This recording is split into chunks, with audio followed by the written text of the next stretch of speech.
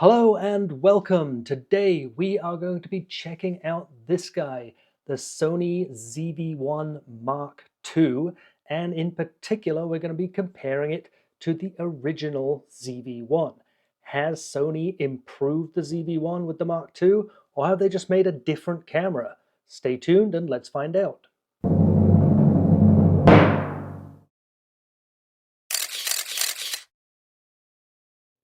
So after 3 long years after introducing the ZV-1, Sony have finally given us the replacement Mark II, and I would definitely say this is evolutionary rather than revolutionary. Putting the two cameras side by side, you can barely tell the difference between the two, and that's something we'll also talk about in just a few minutes. Now, of course, the big news when it comes to the Mark II is, of course, the lens.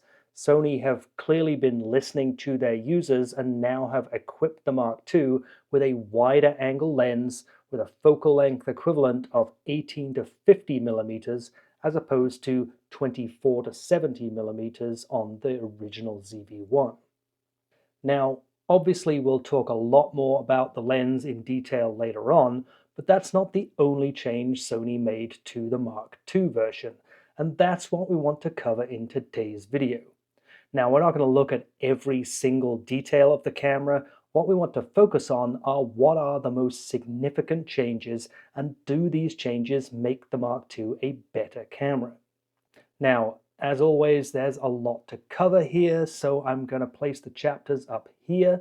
So if you want to skip straight to a particular section, you can do that, and those same chapters should be available on the video timeline. But before we get into any of it, the usual disclaimer. This video is not sponsored or paid for in any way. I purchased all of the equipment with my own money, and the opinions are entirely my own. And of course, if you enjoy the video and find it useful, please consider giving us a like and also consider subscribing to the channel for a lot more videos on tech, travel, and leisure. So before we get into the differences between the two cameras, maybe it's worth taking a moment to talk about what is not different between the two. As I mentioned just a moment ago, if you put the two cameras side by side, they're almost impossible to tell apart. And that's because apart from the lens, a couple of minor hardware changes that we will talk about in just a moment, and some design nuances, everything else about these two cameras from a hardware perspective seems to be identical. You have exactly the same form factor, the button layouts are the same, you've got the same 3-inch touch screen, although the Mark II does make better use of it. That's something we'll also talk about later on. Internally, you have the same 1-inch sensor and what appears to be the exact same processor and chipset. More on that later on. You have the same specifications, so both cameras will record 4K video up to 30 frames per second in 8-bit color. And finally, you also have the same battery, the NP-BX1 battery, unfortunately, which gives pretty much identical runtimes under the same conditions. So basically, you're looking at two almost identical cameras, but just different lenses. But as we said, there are a couple of other differences, and those differences are what we're going to look at in the next section. So let's start out by looking at the hardware changes between the two cameras. And there really are just 3 significant changes that we're going to be talking about here. The first is the positioning of the tripod mount. So this is the original ZV-1, and as you can see, when they designed this camera, some genius decided it would be a good idea to place the tripod mount immediately adjacent to the door for the battery and SD card. Not only that, but as you can see, it's actually inside the middle of the hinge of this door here. So if you mount the original ZV-1 to a tripod, a quick release plate, a selfie grip, whatever, there is no way you can access this compartment in order to change the battery or access the SD card. And trust me, if you're filming in 4K on a ZV-1, you will need to access the battery quite regularly due to the pretty short battery life. So it's altogether a pretty poor design. You'll find the same design also on the RX100 series cameras, and it's part of the reason why grips and cages like this one on an RX100 are so popular, because they find ways of attaching to the camera, providing mounts for tripods or other mounts, and still being able to access the battery door here. Now, the good news is that on the Mark II version, the tripod mount has now been moved. Now, it's still not in an ideal position. As you can see, it's offset from the center. Ideally, you'd like it to be in the center of the lens, but it's still definitely an improvement over the original location on the original ZV-1. Now, one downside, of course, to this change is if you have the original ZV-1 and you have a grip or cage that mounts through the tripod mount on the ZV-1, obviously that will no longer connect to your ZV-1 Mark II, so you'll have to get a new one. The next hardware change we're going to talk about is regarding connectivity of the camera. Now, down the right hand or grip end of the original ZV-1, you have 3 ports here. You've got your microphone jack here, you've got HDMI here, and under the middle door, you have a micro USB port. Now, considering this camera was launched in 2020, it was actually pretty lame that they used micro USB. It's a USB 2.0 interface, and so it's relatively slow as well. And with it being micro USB, it means generally that's one extra cable to carry around. Plus, when you do plug it in, you have to worry about the orientation of the cable. Well, the good news is on the Mark II, we finally have USB-C. But it's not quite the upgrade you might think. Yes, it means that you no longer have to carry around a micro USB cable. Yes, it means you don't have to fumble around trying to get the correct orientation, but that's as far as it goes. This is still USB 2.0. Data transfer speeds are just as painfully slow as they are on the original ZV-1. And there's also no PD or other fast charging capability. Charging time through this port is exactly the same as the original ZV-1, and you have the same limitation of either powering the camera through USB or charging the camera through USB. And the third hardware change that we're going to talk about is regarding the microphone. So looking at the 2 cameras, the original here on the left and the Mark II here on the right, there is a subtle change in the styling here, but apparently the Mark II now has a 3-capsule microphone design, which allows for much better directionality when it comes to capturing audio, and that's something we're going to test out right now. So let's start out in a nice quiet studio type environment. Right now I have both cameras set to the all directions mode. Obviously there's no choice with the original ZV-1. So right now you're listening to me over the microphones of the original ZV-1. And let me switch over to the microphone of the new Mark II. So again, you're just comparing the standard all directions setting on both cameras. And what we're going to do is we're going to switch the Mark II over to its front-facing mode. So I'll do that right now.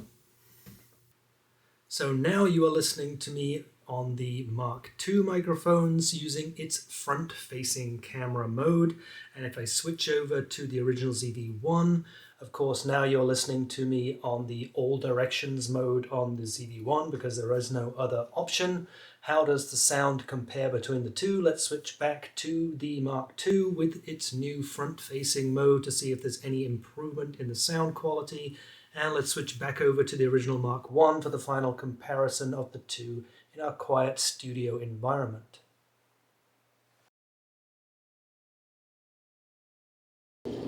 So let's test how well the new directional microphone works on the Mark II.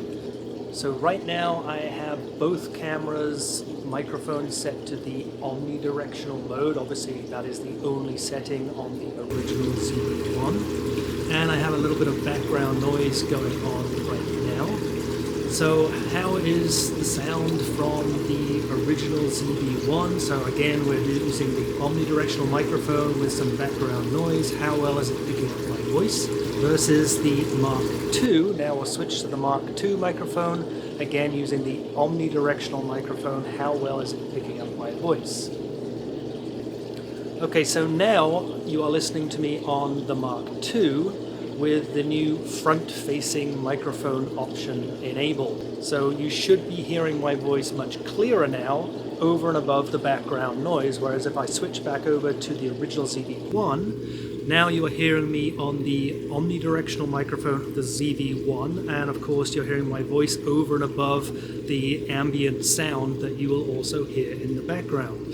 So let's switch back over to the Mark II so you can get a comparison of the front-facing audio versus going back to the original ZV-1. What is the sound quality on the omnidirectional microphone of the ZV-1? So when it comes to the user interface, the original ZV-1 used a rather dated menu-based system. It works fine, and once you get used to it, it works just fine, but obviously everything is driven by the cursor and selections and the back button and so on.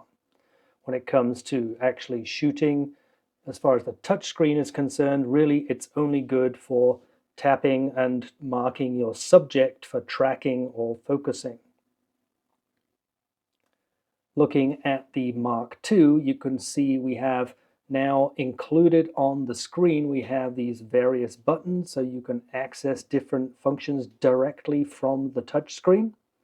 You can also access the menu, of course, and operate it in a similar manner. This is a much more modern menu system, similar to what you will find on the other latest Sony cameras. And of course, this is also touch capable as well. So it just makes for a much easier user experience. So when it comes to new features, there are a couple of very minor enhancements in the area of autofocus, also a new mode that helps with exposure on a face. But the one that kind of intrigued me is this new cinematic mode, and you'll find it right here on the main screen. And what this does is it allows you to basically do the equivalent of color grading, but doing it in camera. So when you turn it on, the first thing you'll notice is you get the black bars. So this now is going to be filming in a 2.35:1 ratio with the black bars top and bottom for that cinematic effect. And then you have a number of different modes along the bottom that you can select from. And then you can combine them with a number of different moods, which are mainly sort of color oriented.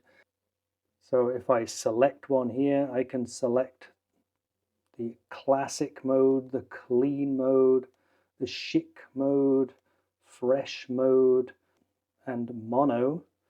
And then depending on which one you pick, let's say I choose the chic mode, you can then select a number of different sort of color moods that go with it: gold, ocean, fresh.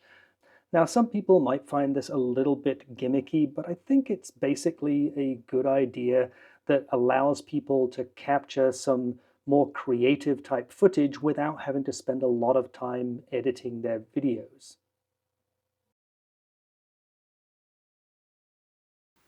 Okay, so let's get to the most obvious differentiation between these two cameras, and that is the lens.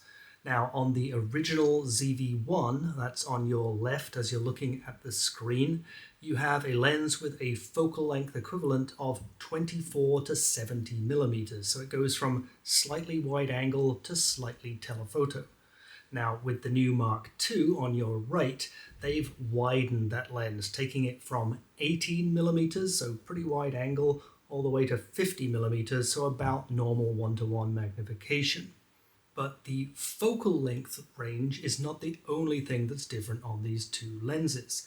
There are two other factors that we also need to talk about. Number one is the aperture range. Now on the original ZV-1, you have a maximum aperture of 1.8 at its widest focal length, but it still maintains a pretty respectable f2.8 all the way out to 70 millimeters. Now with the Mark II, it's a little bit more restricted. So you still have the f1.8 when it's wide open at 18 millimeters, but by the time you get to the 50 millimeter focal length, that's narrowed down to f4. So when you're zooming in on the original ZV-1, you're going to get more light coming into your sensor. The third thing that we need to talk about is stabilization. Now on the original ZV-1, you have a combination of optical stabilization in the lens as well as in-camera electronic stabilization. On the new Mark II, the lens is no longer optically stabilized, but you still have the in-camera electronic stabilization. So let's take a look at a few common filming scenarios and see which lens might give you the best results in each scenario. So let's start out in our typical studio talking head type filming scenario. So in this particular test, I have both cameras set to their widest focal length. So that is 24 millimeters on the original ZV-1 and 18 millimeters on the ZV-1 Mark II. I also have stabilization turned off, of course, because we have the cameras mounted here. We don't need stabilization and we don't need that unnecessary crop in on the image. I also have both cameras set to their widest aperture of f1.8, the idea being that I get that nice background defocus effect. So how does that compare? So I should be nicely in focus, or anything that I hold up should be in focus, and anything else should be a little bit defocused just to give that emphasis on the subject. So again, how does that compare between the two? Now, as far as the focal length is concerned, being in a studio type situation, I'm not sure it's that limiting either way. I can obviously get closer to the camera or further away, or I can place the camera at a different location as well. I can also choose on the ZV-1 Mark II to zoom in a little bit to get the identical, or close as possible to the identical focal length here. So there's really not much to choose between the two, but I will add that when I do zoom in on the Mark II, in order to get this same exact view, it does take my aperture to f2.8, so I may lose a little bit of that defocusing effect. So basically, you decide which one looks the best. I'll zoom back out to 18 millimeters on the Mark II. I'll move a little bit closer so you can determine exactly which one you prefer as far as the image quality is concerned. So in this particular test, I'm not sure that there's a lot to choose between the two cameras. I think you can set up each one to get the desired shot. But I think when it comes to something like outdoor walk and talk type shooting, I think that's where the Mark II really comes into its own. So once again, I have both cameras zoomed out as far as they will go. So 24 millimeters on the original ZV-1, 18 millimeters on the Mark II, and you can clearly see that using this kind of focal length is a lot better for walk and talk type videos. You can see a much better framing, you can see a little bit of the background, which after all is probably the point of why you're doing this type of filming. Now, I should also mention that I have the stabilization now turned on, of course, so that is active stabilization on the ZV-1, which includes the optical lens stabilization and just the electronic stabilization on the Mark II.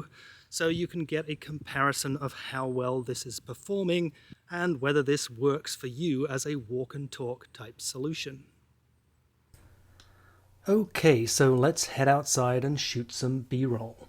Now I have both cameras set to fully automatic, and I have them zoomed out to their widest focal lengths. That's 24 millimeters on the ZV-1 and 18 millimeters on the ZV-1 Mark II, and I have stabilization enabled on both. Now when it comes to detail, sharpness, contrast, dynamic range, there's really nothing to choose between the two, as you would expect given that they have the same sensor. But there's definitely more shakiness in the original ZV-1, which is mainly a result of the narrower field of view which exaggerates my movements. So let's zoom in with the Mark II so we get a similar field of view and then continue with our test.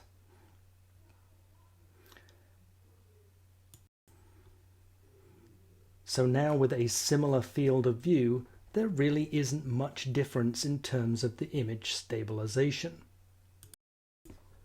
So the Mark II doesn't seem to be at any disadvantage due to its lack of an optically stabilized lens.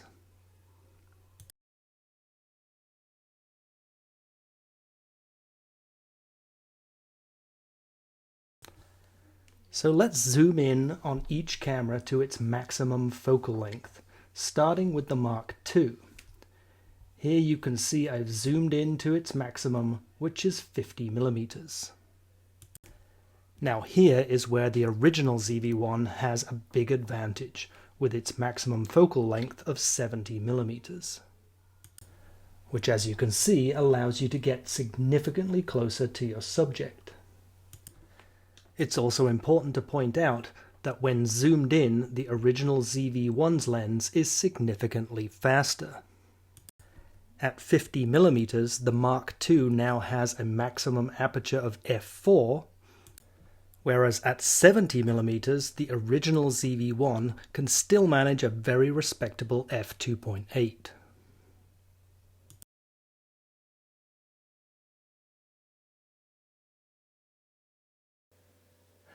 At the beginning of the video, I posed the question, is the ZV-1 Mark II a better camera than the original ZV-1? And frankly, it's a tough question to answer. Let's just ignore the fact for a moment that they have different lenses and focus on the rest of the camera.